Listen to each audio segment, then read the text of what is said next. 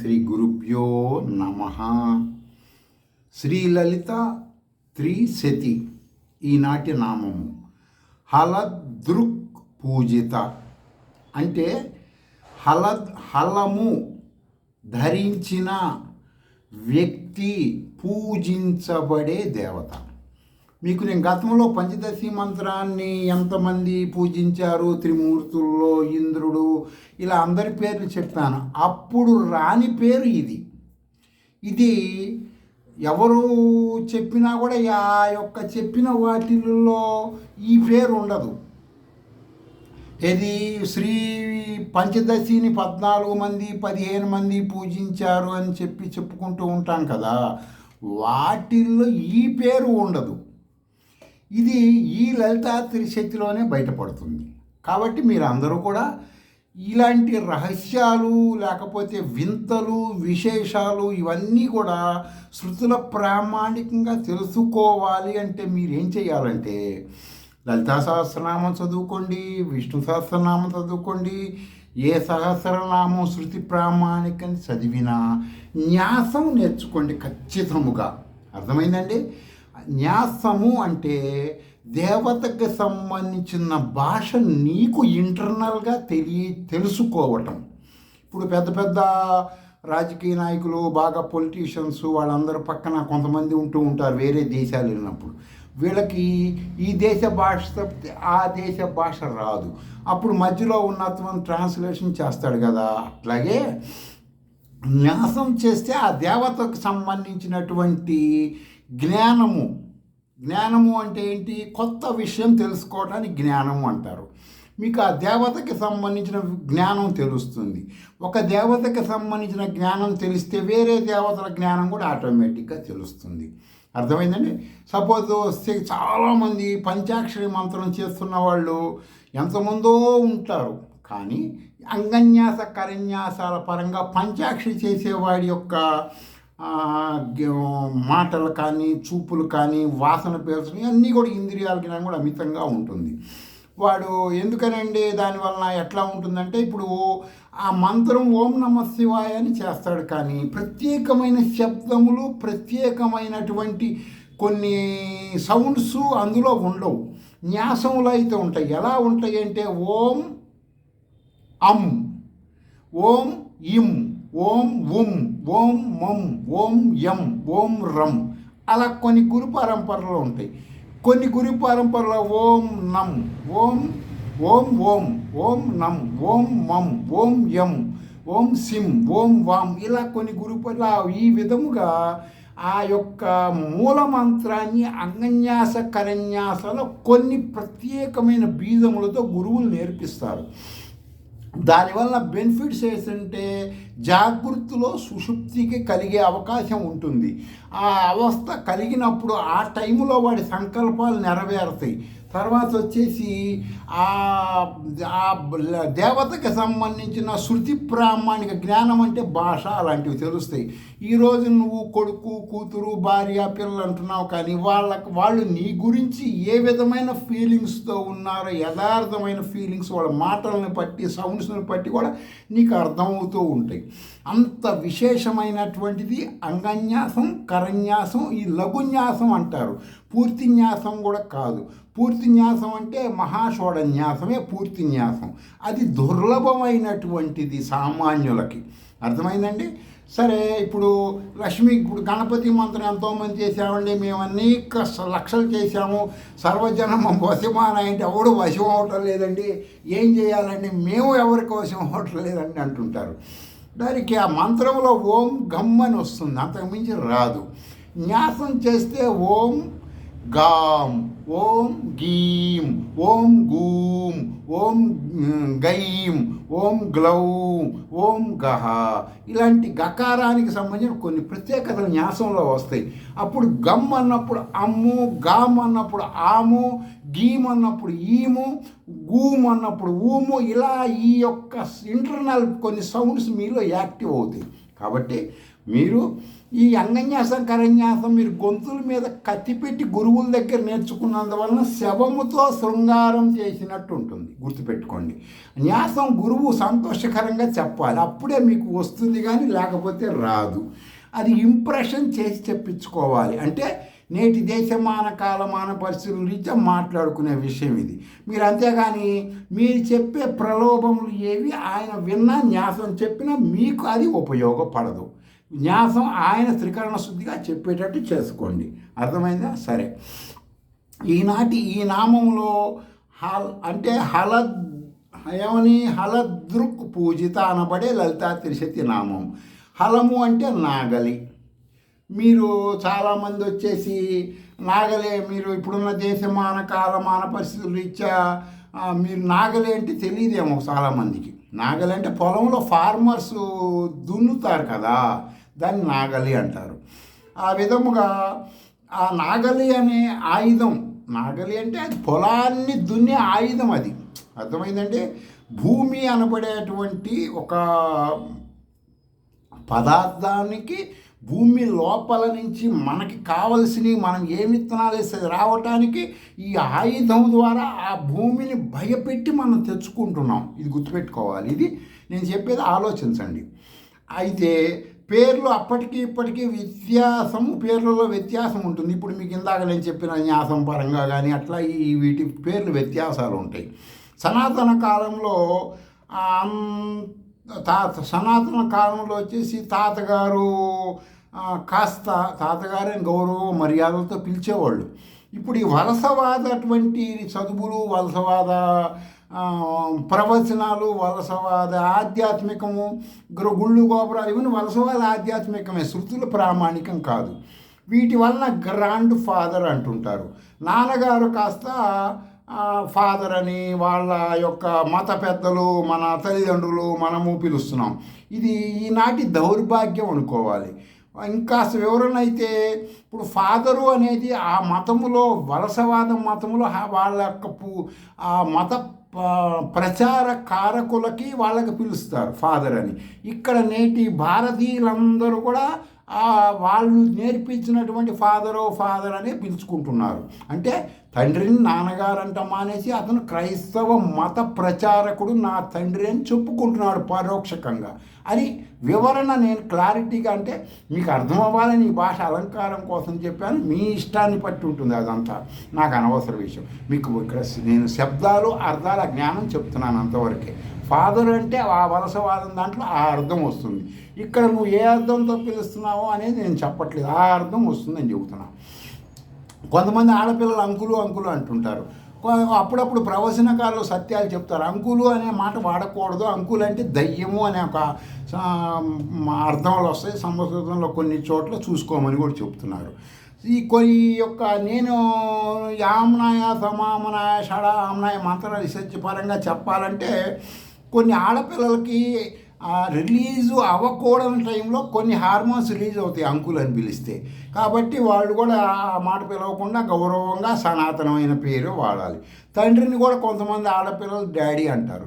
Daddy అన్నా కూడా ఇదే రకంగా హార్మోన్స్ కొన్ని రిలీజ్ అవుతాయి. అవన్నీ మీరు సైన్స్ పరంగా వెరిఫికేషన్ చేసుకోండి, చెక్ చేసుకోండి, అప్పుడు మీకు అర్థమవుతుంటాయి. సరే, భారతీయులు ఇప్పుడు వాళ్ళంతా చాలామంది భారతీయులకు మేము నాగరికత నేర్పాము, అందువల్లనే ఇలాంటి పిలుపులు వస్తున్నాయి. అంటే భారతీయులకు ఎవరు నాగరికత నేర్పక్కర్లేదు.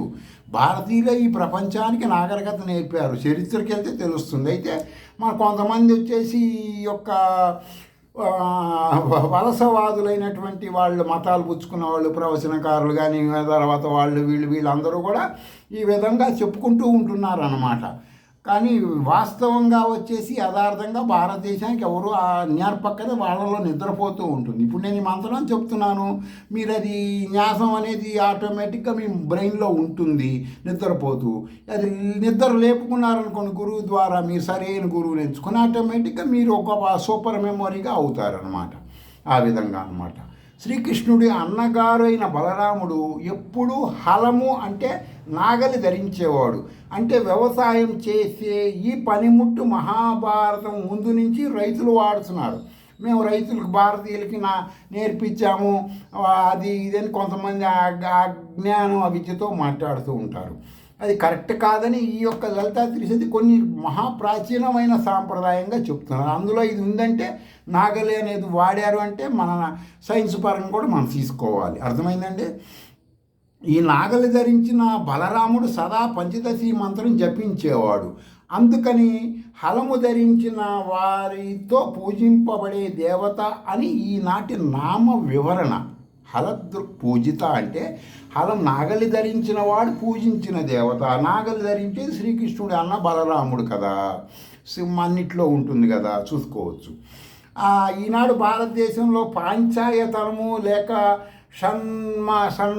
షణ్మాత్ర మఠములని 6 ముఖములు కలిగిన సుబ్రహ్మణ్య స్వామిగా తీసుకోవచ్చు అని చెప్తూ ఉంటారు కదా. ఆరాధనలు చేసి అర్చనలు చేసేటువంటి కారకులు కొన్ని ఆధ్యాత్మిక శాఖలుగా వారు గట్టిగా కొట్టుకు చావకుండా తెలుసుకోవాల్సింది శృతుల పరముగా. అంటే పంచాయతనం చేసేవాళ్ళు ఈ మధ్యకాలంలో కొన్ని వైష్ణవ సాంప్రదాయం, శైవ సాంప్రదాయం వాళ్ళు కొన్ని విభేదాలతో కొట్టుకు వస్తూ గందరగోళం చేసుకుంటున్నారు కదా. వీళ్ళందరికీ శృతుల పరంగా ఏమిటయ్యా అంటే మీరు ఆలోచించాలి. శృతులు ప్రామాణిక ఆధ్యాత్మికం. శృతులలో విష్ణుమూర్తి పంచదశి ఉపాసకుడు, శివుడు పంచదశి ఉపాసకుడు, కుమారస్వామి పంచదశి ఉపాసకుడు, గణపతి శ్రీవిద్యా గణపతి మహామంత్రం ఉంది. ఈ విధముగా మనం తీసుకుంటుంటే నాటిని వీళ్ళ ఇంద్రియాల సుఖము కోసం, వీళ్ళ యొక్క కుటుంబ సభ్యుల ఆస్తులు డెవలప్ కోసం, వీళ్ళ కీర్తి కాంత కనకముల కోసం ఆధ్యాత్మికాన్ని యూజ్ చేస్తున్నారు. వాస్తవంగా ఎక్కడా కూడా ఏ విధమైనటువంటిది విభేదములతో ఉండదు. భారతీయ శృతుల ప్రామాణిక ఆధ్యాత్మికం. అసలు దేవుడు ఫిజికల్గా దేవుడే లేడు అని శృతులు చెబుతాయండి. నువ్వే దేవుడు అని శృతులు చెబుతాయి. ఇక వీళ్ళు క్రియేట్ చేసినటువంటిది వాళ్ళ యొక్క ఇంద్రియాల సుఖం కోసం. కాబట్టి శృతి ప్రామాణిక శక్తి ఉపాసన అర్చన చేస్తూ ఉంటారన్నమాట వీళ్ళందరూ కూడా. పంచదశిని ఉపాసించిన ప్రముఖ దేవతలు ఎవరు? మీకు అనుమానం వస్తే ఏమంటే అదేంటండి విష్ణుమూర్తి టాప్ అన్నారు కదా, శివుడే టాప్ అంటున్నారు కదా, వీళ్ళు అది ఇది పలానా స్వామి చెప్పారంటే మీకు అనుమానం వస్తే పంచదశి మంత్రం ఉపాసించిన 14 లేక 15 మంది ప్రముఖులు ఎవరంటే మీకు ఆ దేవతల పేరు నెట్లో తెలియవచ్చు. లేదు కొంతమంది ప్రవచనకారులు పొరపాటును చెప్పి ఉండవచ్చు. అంటే కావాలని చెప్పరు వాళ్ళు. ఎందుకంటే ప్రజలకు శృతుల జ్ఞానం చెయ్యటం ఎక్కువ మంది ప్రవచనకారులకు ఇష్టం ఉండదు. ఎందుకంటే వాడే దేవుడు అని తెలిస్తే వాడు గుళ్ళు గోపురాలు తిరగడు కదా. అందుకని వాళ్ళని ఎంతసేపు కూడా మత్తులో జోగేటట్టుగానే చేస్తూ ఉంటారు. కాబట్టి మీరు పొరపాటున వాళ్ళు చెప్పినవని వీడియోలు కూడా ఉంటాయి, చూసుకోండి. పంచదశి మంత్రాన్ని అందరూ ఉపాసించినటువంటి వాళ్ళే. అలాంటి మంత్రాన్ని మీరు ఉపాసిస్తున్నారు కాబట్టి శ్రీ విద్య అంత శక్తివంతమైందని నేను చెప్తున్నాను. నేను మీకు ఆత్మజ్ఞానం ప్రాప్తించాలి అని లిఖితమైతే విధాత ఏదో ఒక రూపంలో వచ్చి ఆత్మజ్ఞానం తెలియచేస్తాడు. మీకు ప్రాప్తం ఉంది అనుకోండి. ఆత్మజ్ఞానం అంటే నేను పరబ్రహ్మాన్ని తెలుసుకోవటం. అబ్బా మీకు న్యాసం కూడా ఈ నామానికి సంధి సఖ్యతగా ఉండే విధంగా ఉంటుందని నేను మీకు న్యాసం కూడా చెప్పాను. ఇప్పుడు ఆత్మజ్ఞానం అంటే నేనే పరబ్రహ్మ అని స్వ అనుభవంగా. చాలామంది స్వ అనుభవం అంటే ఏంటండి? ఇంత అమాయకులకు భారతీయులు ఎలా ఉన్నారా అని నేను ఆశ్చర్యపోతూ ఉంటాను. నోట్లో బెల్లం పెట్టుకుంటే ఎలా ఉంటుంది ప్రతి ఒక్కడికి స్వ అనుభవంగా. అదే సూత్రాన్ని నేనే పరబ్రహ్మ అని తెలిసి కూడా తెలియకుండా ఉంటే పశువుతో సమానము. అర్థమైందండి? నేనే పరబ్రహ్మ అని శృతులు చెప్పినప్పుడు తెలియకుండా ఉంటున్నామంటే పశువు సమానము. ఎన్ని వేదాలు చదివినా, ఎన్ని రంగు పూసలు ధరించినా అది నేనే పరబ్రహ్మం అని తెలిస్తే ఏ వేషం అక్కర్లేదు కదా. అర్థమైందండి? వాడికి వేషాల అవసరమేముంది? వాడికి సూర్యచంద్ర అగ్ని ఈ ముగ్గురు కూడా త్రినేత్రులుగా ఉంటారు అని ప్రణవ మంత్రములో ధ్యాన శ్లోకంలో చెప్పారు కదా. ఆమ్నాయ మంత్రోపనిషత్తులో ద్యౌర్మూర్ధానాం యశ వేదా వదంతి ఖం వైనాభిం చంద్ర సూర్యౌ చ అగ్నితి నేత్రే అని చెప్పింది కదా శృతి. నువ్వు ఎందుకని శృతుల్లోకి వెళ్ళవు? ఆలోచించండి. భారతీయులందరూ ఉపనిషత్తులు తెలుసుకోవాలి. అంత పరంపర ఆధ్యాత్మికం బ్రిటిష్ వలసవాదుల ద్వారా ఏర్పాటు చేసిన కొంతమంది భారతీయులు మిమ్మల్ని ముంచి ముంచి ముంచి లేపుతున్నారు. అనేక పుష్కరాలు అనబడేటువంటి భౌతిక ఆధ్యాత్మికంలో ఇది సత్యం కాదు. నువ్వు శృతుల్లోకి వెళ్తేనే నీకు విశేష జ్ఞానము, విఖ్యాత జ్ఞానము, ప్రపంచ జ్ఞానము, విశ్వజ్ఞానం అర్థమవుతాయి. అర్థమైందండి?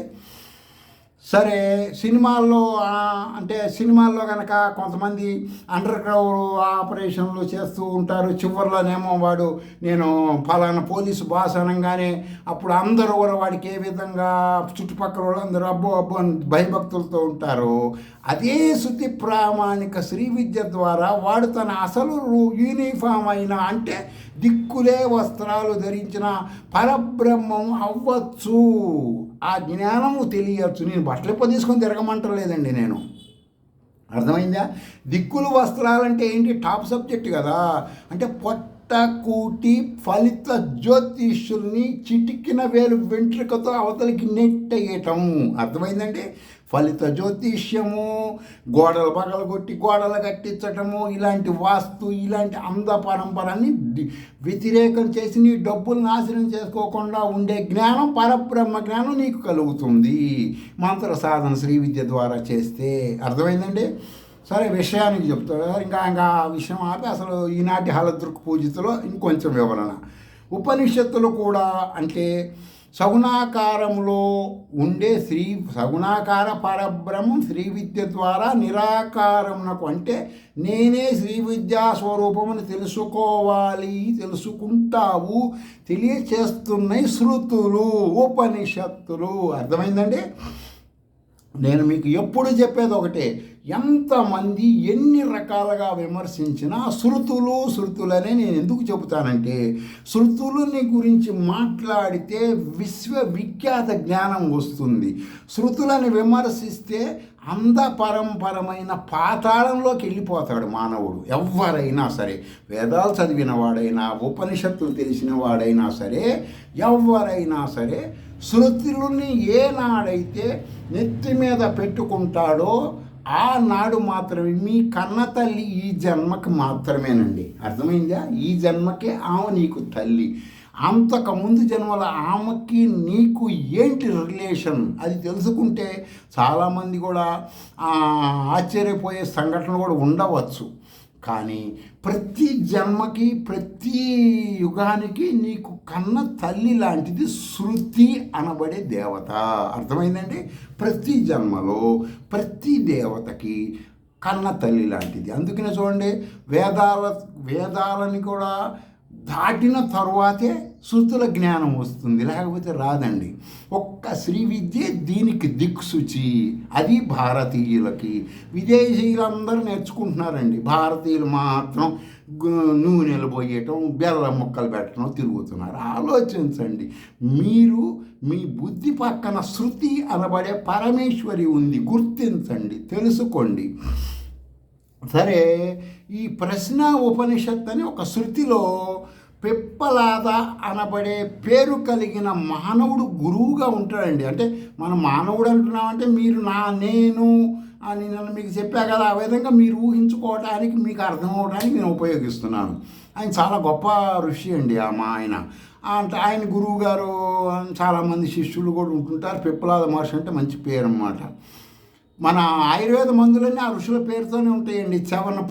చవన మహర్షి టాప్ మోనార్క్ అయినటువంటి వ్యక్తి. పిప్పళ్ళు అంటే మీకు వాటి గురించి తెలియాలంటే మామూలు హిస్టరీ కాదండి. మానవుడికి పిప్పళ్ళ జ్ఞానం కలిగిందనుకోండి, ఇంక తిరిగి ఉండదు అనమాట. ఆయుర్వేద పితలాగా ఉంటాడనమాట. అలాంటి పేర్లు, వాళ్ళ పేర్లతో ఆయుర్వేదంలో ఉన్నటువంటి ఆ మూలికలు శృతుల్లో ఉన్నటువంటి వస్తుగుణ దీపిక ద్వారా తెలిసిన అంగంలో పేర్లతో ఉంటారు వాళ్ళు. మనలాగా నేటి పేర్లు ఉండవండి వాళ్ళకి. ఆ యొక్క గురువు పిప్పలాద మహర్షి ఆయన ఒక మంత్రద్రష్ట. అర్థమైందండి? మహాజ్ఞాని. తర్వాత శృతి ప్రామాణిక సర్వగ్రంథ జ్ఞానం. శృతుల ప్రామాణిక గ్రంథాలు ఉంటాయి, అంగములు ప్రత్యంగములని. ఆ జ్ఞానం తెలిసిన తత్వవేత్త, ఫిలాసఫీ తెలిసిన అతను ఎవరో పిప్పలాద మహర్షి. ఒకరోజు 6 బ్రాహ్మలు వేదాలు చదివి వేద అంగములు చదువుకొని అప్పుడు వెంటనే ఇప్పట్లాగా వెళ్ళి పెళ్లి చేయండి, మన పెళ్లి చేయబోతే నేను నా చచ్చిపోతాను, ఊరేసుకుంటాను, తట్టుకోలేకపోతే ఇలాంటి చెత్త మాటలు మాట్లాడేటువంటి చెత్త ఆహారం తినే కాలం కాదండి అది. అప్పుడు ఈ 6 వచ్చేసి వేదాలు, వేద అంగములు, వేద భాష్యం చదివారు. ఇప్పుడు వాళ్ళైతే ఇప్పుడు నాకు తెలిసి ఇవి చదివిన వాళ్ళు ఎవరు లేరండి. చాలామంది మేము వేదము, వేద అంగములు, వేద భాష్యం చదివితేనే వాడు విప్రుడు, లేకపోతేనేమో శ్రోత్రియ బ్రాహ్మణుడు అంటారండి. వేదం చదివిన వాడిని బ్రాహ్మణుడని వీళ్ళు వాళ్ళ జన్మతో వాళ్ళు చెప్పుకుంటున్నారు, తప్పులేదు. కానీ శృతులు అంగీకరించవు. శృతులు అంగీకరించాలంటే బ్రాహ్మణత్వం వేదము, వేద అంగములు, వేద భాష్యం చదవాలి. శ్రోత్రియ బ్రాహ్మణుడు అంటే దమ్ము మామూలుగా ఉండదండి. అర్థమైందండి? సరే, ఈ 6 బ్రాహ్మణులు వేదాలు వేదాంగాలు ఈయన దగ్గరికి వస్తారండి. పిప్పలాద మహర్షి దగ్గరికి వచ్చేసి, ఏమంటే గురువుగారు, మేము ఎన్నో యాగాలు ఎంతోమంది ప్రజలకి రాజులకి ఎన్నో చేశామండి, కానీ మాకు సాటిస్ఫాక్షన్ రావట్లేదు. ఎప్పుడు ఎట్లేదో ఒక రకంగా ఈ డిస్టర్బెన్స్గానే ఉంటుంది. మరి ఏం చేయాలంటే మాకు తెలిసినటువంటి దాన్ని బట్టి ఇంతవరకు మేము చదివిన దానికంటే ఏదో ఉంది, అది మాకు తెలియట్లేదు అంటారు. ఆయన ఆత్మజ్ఞానం తెలుసుకోండి, మేమే పరబ్రహ్మమని మీకు స్వ అనుభవంతో తెలుసుకుంటే నిగూఢ బ్రహ్మోపదేశం అనుగ్రహించమని మీరు ఉపాసిస్తున్న దేవత పరంగా ఈ విధంగా అంగన్యాస కరన్యాసాలతో ఈ విధంగా ఆత్మజ్ఞానం కలిగితే కానీ అవన్నీ మీకు సాటిస్ఫాక్షన్ వస్తుంది, లేకపోతే రాదు. వారికి ఆత్మజ్ఞానం అని చెప్పి ఈ విధంగా చెప్తాడనమాట. అంటే ఏం చెప్తాడంటే, శ్రీ విద్యలో ఓంకార షట్కోట నిలయ రాజరాజేశ్వరి పరాభట్టారిక బ్రహ్మ విద్యా ప్రదాయిని అని చెప్పి ఓ మంత్రం ఉంటుందని మేము గతంలో కూడా చెప్పాను కదండి.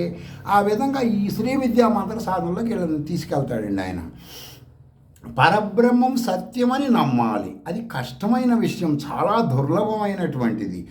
ఏ మానవుడు నమ్మడు. ఏమని? నేనే పరబ్రహ్మని ఎవడు నమ్మడండి. నేను ఫలానా పేరు కలిగిన వాడిని, ఇది నా పెళ్ళం, ఇది నా కొడుకు, ఇది నా కూతురు అంటూనే ఉంటాడు వాడు. ఎన్ని జన్మలు ఎత్తినా వాడు నేను పరబ్రహ్మమని ఒక్కసారి కూడా హరిశ్చంద్రుడంత సత్యంగా అనుకోడండి. అర్థమైందండి? హరిశ్చంద్రుడంత సత్యంగా ఒక్కనాడైనా మానవుడు నేను పరబ్రహ్మం అనుకుంటే జ్ఞానం వచ్చేస్తుంది. అనుకోడు. న్యాసం చేయటం వలన, అంగన్యాసకర న్యాసం వలన ఆ ఫీలింగ్స్ వచ్చే అవకాశం ఉంటుందని ఋషులు చెబుతారు. సరే, మహావాక్యములను ఇప్పుడు మహావాక్యాలు పలుకుతారు కానీ చిలక పలుకుల్లాగా చాలామంది ప్రవచనకారులు అహం బ్రహ్మాస్మి అంటే ఈ అర్థం ఆ అర్థం అది ఇదని గంటలు చెబుతూ ఫుల్గా బావిలో నీళ్ళ మీ దగ్గర డబ్బులు తోడుకుంటూ ఉంటారు కదండి. కానీ వాళ్ళకు కూడా నమ్మకం ఉండదండి. వాళ్ళకు కూడా పరబ్రహ్మం నమ్మకం ఉండదు అనమాట. నమ్మితే ఎట్లా ఉంటుంది, నమ్మకపోతే ఎట్లా ఉంటుంది. అర్థమైందండి? నేను ఈ వీడియోలు చూస్తున్నటువంటి మీకు నేను పరబ్రహ్మం అని నమ్మితే ఎలా ఉంటాము, నమ్మకపోతే ఎలా ఉంటాము అన్నటువంటి దానికి చిన్న వివరణ ఇస్తాను. ఉపనిషత్తులో నుంచి ఈ సబ్జెక్ట్ మీకు చెప్పటానికి నేను కఠోపనిషత్తులోకి ఎంటర్ అవ్వాల్సి వస్తుందండి. ఈ ప్రశ్నోపనిషత్తులో ఈ సబ్జెక్ట్ ఉంటుంది. మరి మీకు పరబ్రహ్మ జ్ఞానం తెలియాలంటే నేను తప్పనిసరిగా కఠోపనిషత్తులోకి వెళ్తే కానీ ఈ సబ్జెక్ట్ మీకు అర్థమవుతుంది నేను చెప్పేది.